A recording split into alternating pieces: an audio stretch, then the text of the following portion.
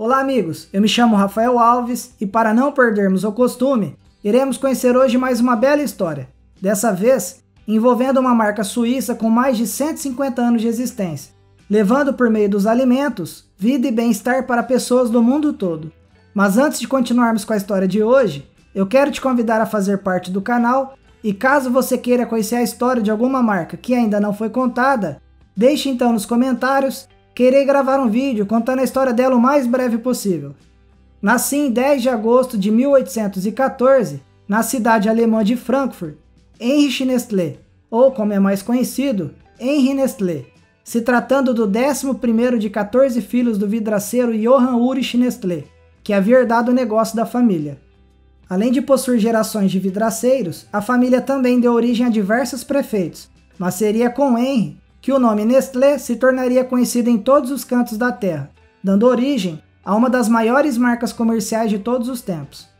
Quando ainda tinha 15 anos de idade, o jovem Heinrich Nestlé, que já se mostrava interessado em assuntos envolvendo química e farmacologia, começa a estagiar numa farmácia de Frankfurt em meados de 1829 e por lá permanece até 1833. Porém, no ano seguinte, quando concluiu sua graduação, é dito que Heinrich havia tido contato com pessoas com pensamentos políticos diversos ao governo, e ao que tudo indica, pensar diferente poderia custar caro nessa época. E assim, Heinrich foge para a cidade suíça de Vevey, época que decide alterar seu nome para Henri Nestlé, visando assim se adaptar melhor ao novo ambiente social, e após passar por um teste, consegue a licença para exercer a função de assistente de farmacêutico na Suíça. No entanto, Henri não conseguiu obter a permissão para abrir sua própria fábrica e tempos mais tarde decide se aventurar num novo negócio e para isso adquire em 1843 uma pequena propriedade, contando com a ajuda financeira da sua família.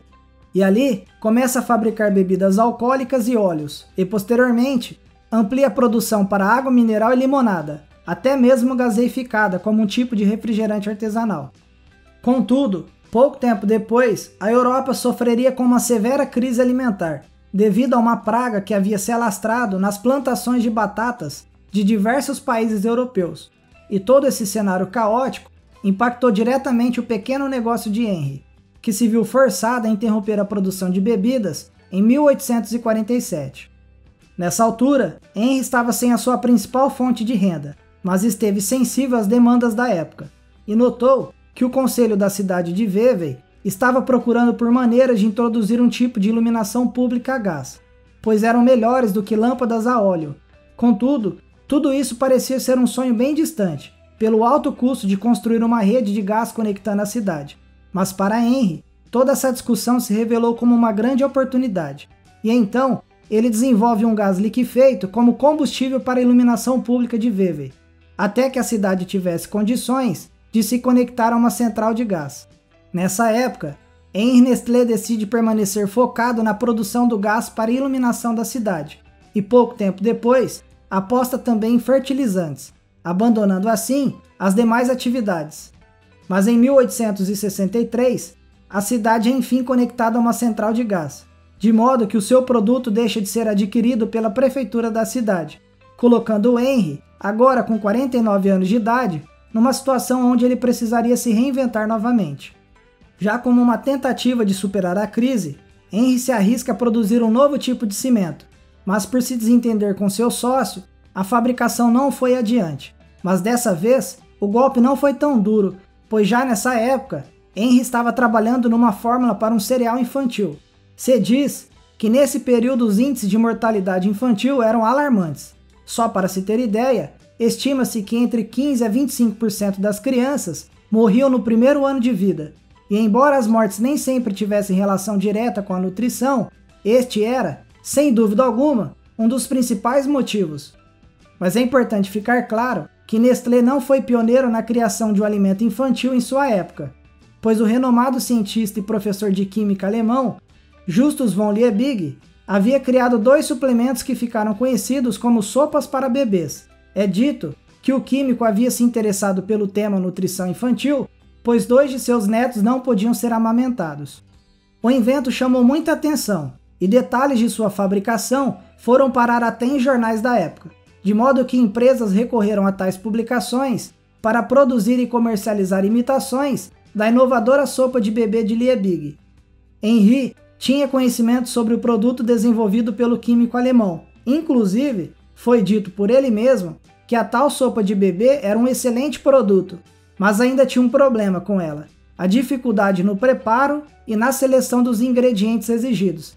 Então Nestlé visou alcançar os mesmos objetivos da sopa de bebê, só que de forma muito mais prática e barata.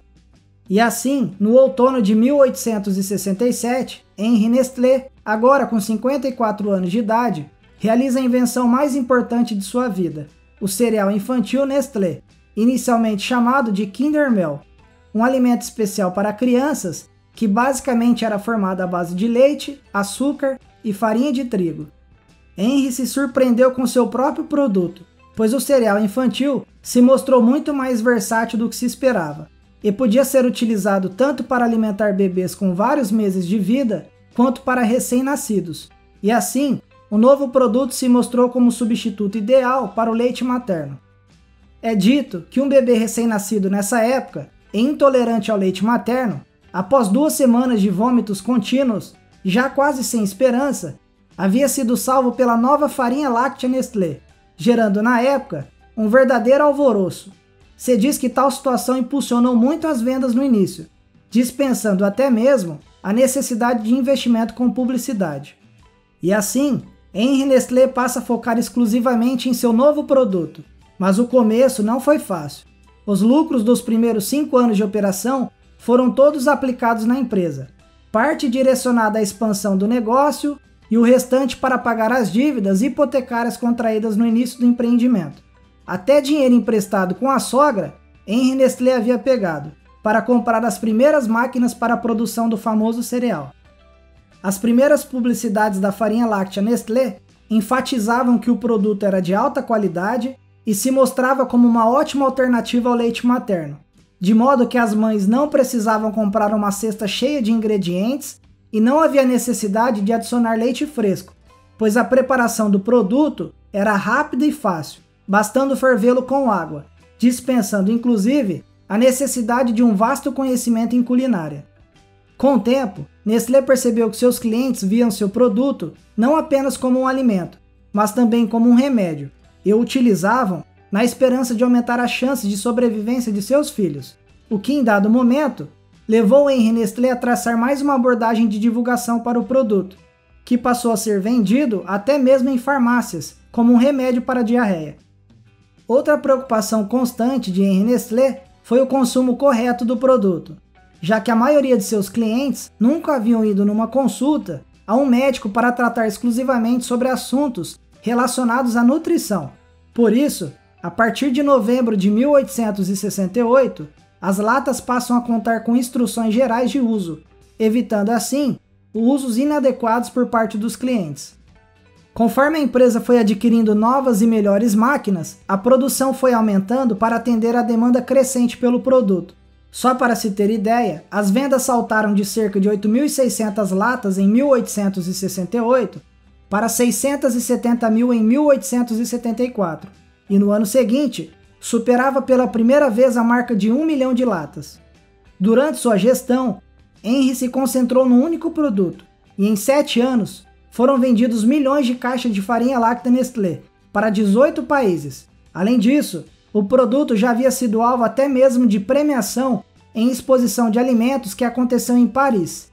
Mas em 1875, Henri, agora com cerca de 61 anos de idade, decide se afastar do negócio e vende a empresa, encerrando assim seu comando de pouco mais de 7 anos à frente da Nestlé. Mesmo com apenas poucos anos de fabricação do cereal infantil, o termo Nestlé, que traduzido do alemão significa pequeno ninho, já havia se tornado famoso em diversas localidades onde era comercializado o produto. Isto porque, desde o começo, Henri associou o termo Nestlé ao produto como estratégia contra as imitações que já existiam nessa época.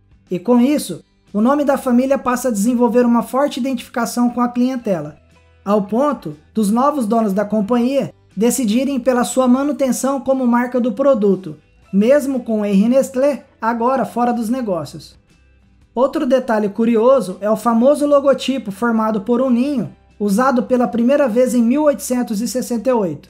Se diz que esse teria sido inspirado no brasão da família Nestlé, que consistia de um único pássaro no ninho. E com algumas atualizações, Henri Nestlé transforma o brasão da família em marca registrada e acrescenta 3 filhotes em processo de alimentação, estabelecendo uma conexão com o produto principal, que era direcionado para a alimentação infantil. Agora, sob nova direção, a Nestlé é pouco tempo depois estabelecida como uma sociedade anônima, cujo conselho de administração contava com 3 acionistas principais. Um deles havia sido por anos o principal fornecedor de farinha de Henri Nestlé. A nova administração não perdeu tempo e pouco tempo depois dobra a capacidade de produção da companhia. Nessa altura, a famosa farinha láctea Nestlé chegava ao Brasil em meados de 1876. 2 anos depois, a Nestlé amplia seu portfólio com a produção de leite condensado, para combater a competição da sua maior rival na época, a Anglo-Suisse. A disputa começou quando a concorrente lançou seu próprio cereal infantil em 1877. E como muitos varejistas optavam por adquirir produtos de uma mesma origem, a Nestlé passa a experimentar nessa fase uma forte queda nas vendas. Mas a resposta foi rápida, e em 1879, a companhia já estava transformando mais de 1.000 toneladas de leite fresco em leite condensado.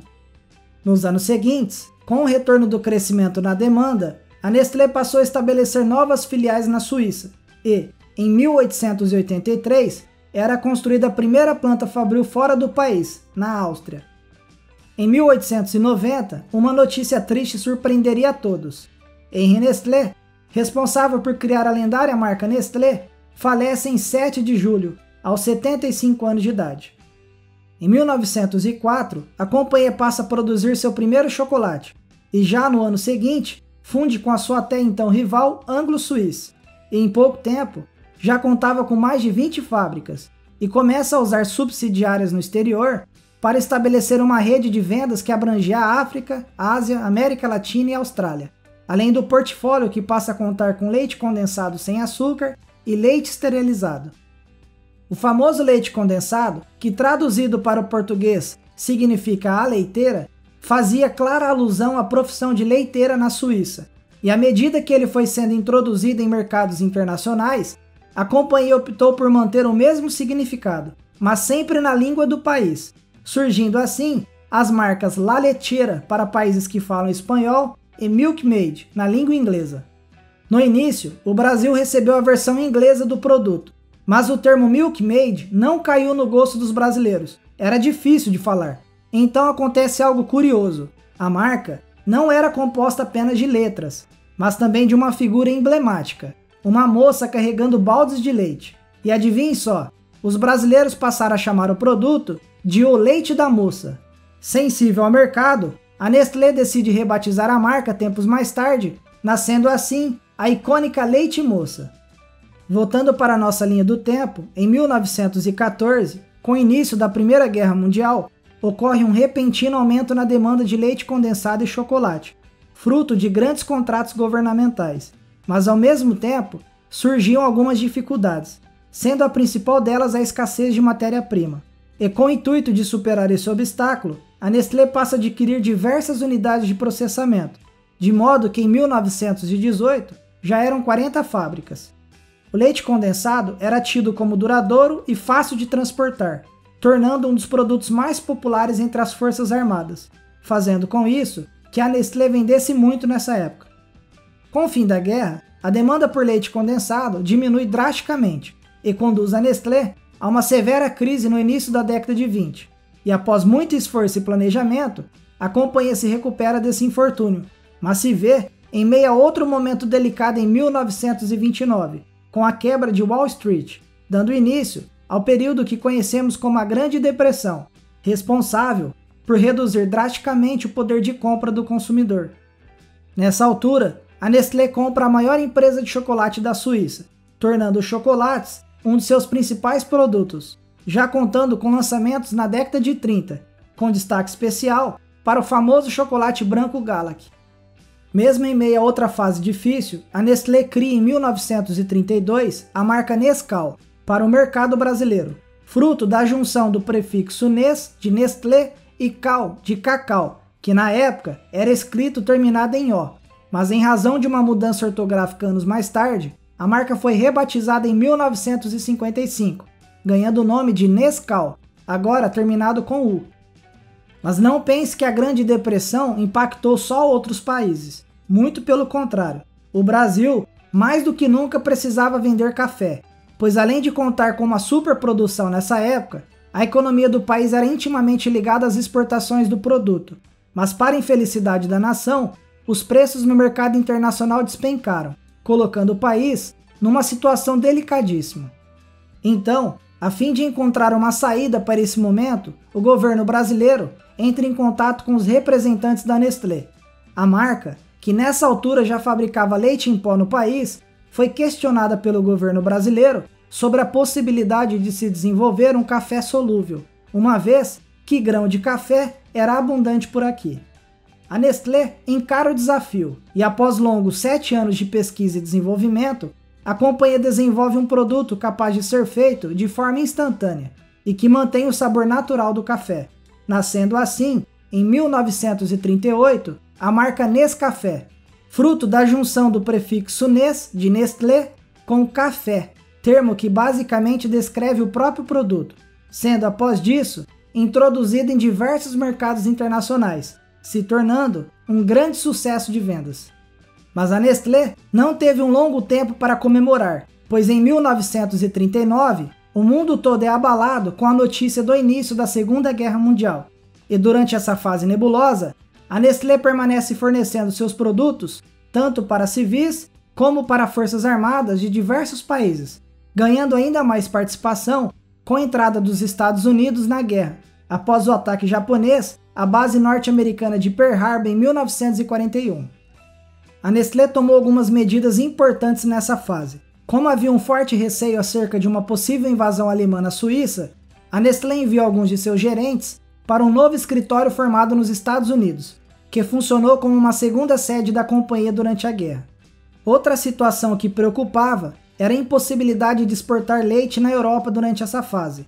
Por isso, os Estados Unidos e a Austrália ficam responsáveis por abastecer a África e a Ásia. E por fim, a Nestlé ainda decide expandir sua produção na América Latina, que estava bem menos envolvida na guerra do que outras partes do mundo.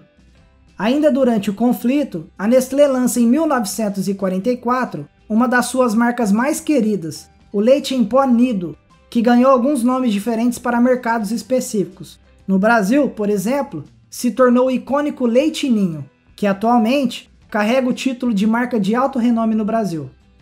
Com o fim da guerra, a Nestlé permanece focada em seu crescimento e já em 1947 adquire a empresa suíça Alimentana. Talvez você não conheça por esse nome, mas estou falando da proprietária da famosa marca Maggi, muito conhecida por suas sopas e temperos, as quais passam nesse momento a reforçar o já admirável portfólio da Nestlé. O famoso Nescafé, que havia exigido anos de pesquisa e desenvolvimento, daria mais frutos para a companhia, pois o mesmo método patenteado foi utilizado para desenvolver o chá instantâneo, batizado como Nestea, ainda em 1947. Mas não para por aí, pois já no ano seguinte é lançada outra grande marca de peso, o Nestlé Quick, que anos mais tarde seria renomeado para Nesquik, responsável por ajudar gerações de crianças a desfrutar do leite, tornando o alimento muito mais saboroso.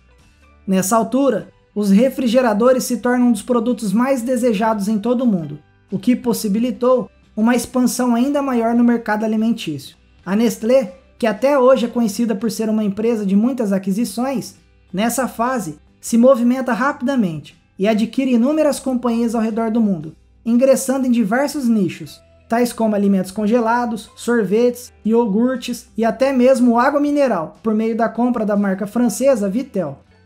Com o Brasil, não foi diferente. Ao longo dos anos 50, foram muitos lançamentos, tais como a chocolatada Milo, o cereal Neston, o leite em pó desnatado Molico e o famoso chocolate Alpino. Já nos anos 60, são introduzidas no país marcas já consolidadas no exterior, tal como o chocolate branco Galac e as famosas sopas e temperos Maggi. Mas não para por aí. Também são lançadas outras grandes marcas de sucesso, criadas exclusivamente para o público brasileiro, tal como o Mucilon e o chocolate com recheio de coco Prestígio. Ao longo dos anos 70, a Nestlé permanece adquirindo novos produtos para seu imenso portfólio. Contudo, nessa fase a Nestlé decide apostar pela primeira vez e ir além do setor de alimentos e bebidas, e adquire nessa fase parte da empresa L'Oréal em 1974. Em 1977, compra a farmacêutica Alcon, a qual seria vendida anos mais tarde. Mas ainda na década de 70, a Nestlé é tida como uma das responsáveis pela queda nas taxas de amamentação, de modo que a companhia passa a ser questionada acerca da estratégia de marketing utilizada na venda de alimentos para bebês. A discussão ganhou proporções ainda maiores em 1977, e alguns ativistas norte-americanos passam a convocar toda a nação para boicotar os produtos da Nestlé. Tempos mais tarde, a companhia passa a adotar uma série de recomendações feitas pela OMS, que ficou conhecida como Código OMS, visando estabelecer políticas seguras para marketing e venda de produtos direcionados à nutrição infantil. Nessa altura, o portfólio da Nestlé havia ficado ainda mais robusto no Brasil, contando com o lançamento do chocolate Choquito e os sorvetes Iopa de 1972, os quais anos mais tarde passariam a se chamar sorvetes Nestlé. Vale lembrar que é impossível mencionar todas as marcas, tornaria o vídeo ainda mais extenso. Ao longo dos anos 80, a Nestlé permanece imprimindo um forte ritmo de crescimento, intercalando entre lançamentos próprios e aquisições de marcas já consolidadas. Mas é importante ficar claro que do mesmo modo que a Nestlé adquire muitas marcas, também se desfaz de boa parte delas, principalmente quando não cumprem com a expectativa, ou seja, a Nestlé está sempre atenta para promover as marcas que mais satisfazem o desejo do público consumidor. Nessa fase, são introduzidas diversas marcas no portfólio, com destaque para as marcas Friskies, de alimentos para animais, o Nespresso, que levou os produtos à base de café para outro patamar, e o famoso Kit Kat, que pertencia a uma companhia britânica, a qual se tornou propriedade da Nestlé em 1988. Em paralelo, o Brasil também recebe muitas novidades nos anos 80, com destaque especial para o Soufflé, Lolô, Chocolate Surpresa, Charge, Chandelle, Negresco e a caixa de bombom Especialidades de 1988. Ao longo dos anos 90, a Nestlé estabelece importantes parcerias com diversas multinacionais. Um grande exemplo disso foi a joint venture com a Coca-Cola, para desenvolver os negócios de café, chocolate e chás prontos. Além disso, nesta fase é criada uma divisão internacional para águas, surgindo assim a Nestlé Waters.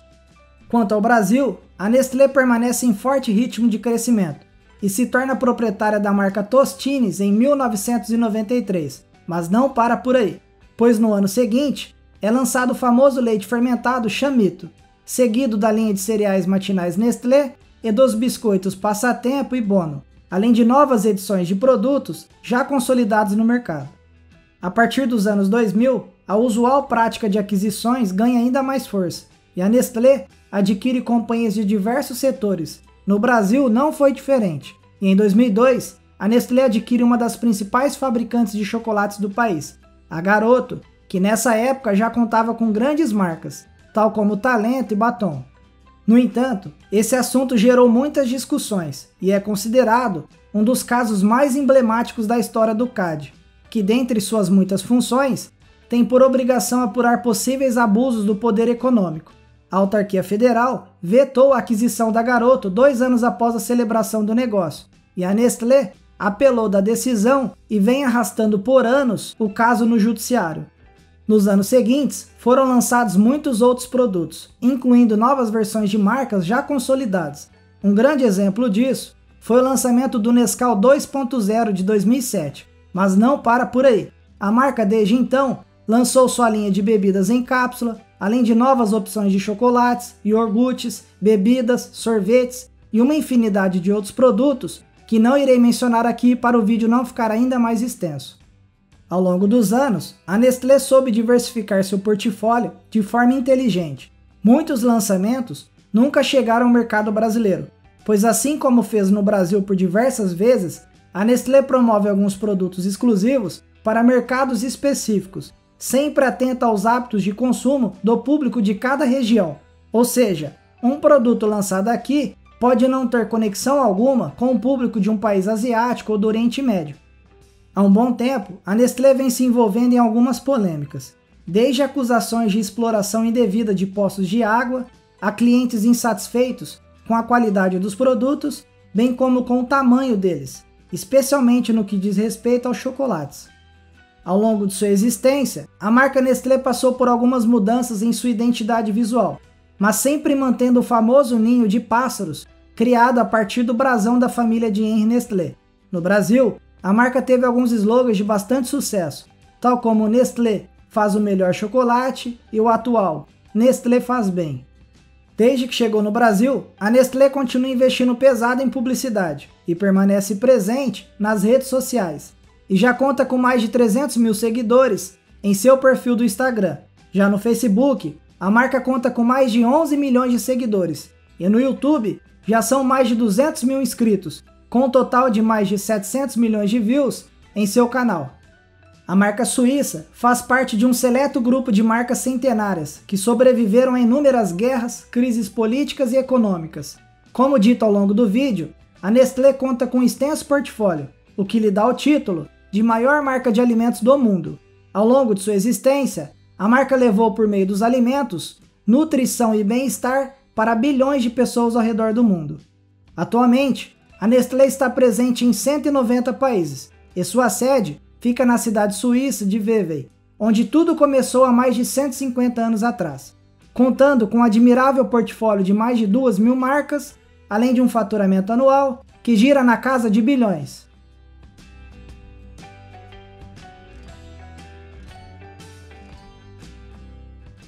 Espero que tenham gostado do vídeo, não deixe de se inscrever e acionar o sininho para receber as novas notificações. Serão postados vídeos regularmente, todas as semanas, com histórias incríveis sobre marcas e empreendedores de sucesso. Um grande abraço e até a próxima!